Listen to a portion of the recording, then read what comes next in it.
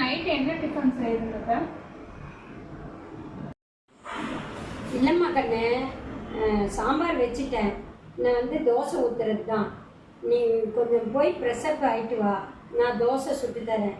ரொம்ப நீயே பல டென்ஷனு, வேலைக்கு போடுறேன் இதுன்ட்டு டென்ஷனில் வந்திருப்ப. நீ உடனே போய் டிஃபன் செய்கிறது வேணான்ட்டு நான் சாம்பார் வச்சுட்டேன்.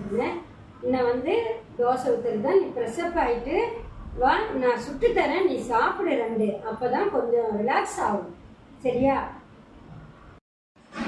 ஆமாங்க அத்தை, எனக்கு ரொம்ப வேலைங்க அத்தை. நானே ரொம்ப டயர்டாக தான் இருந்தேன். பரவாயில்லைங்க அத்தை, என் மனசு புரிஞ்சுட்டு நீங்களே செஞ்சுட்டீங்க. ரொம்ப தேங்க்ஸுங்க அத்தை.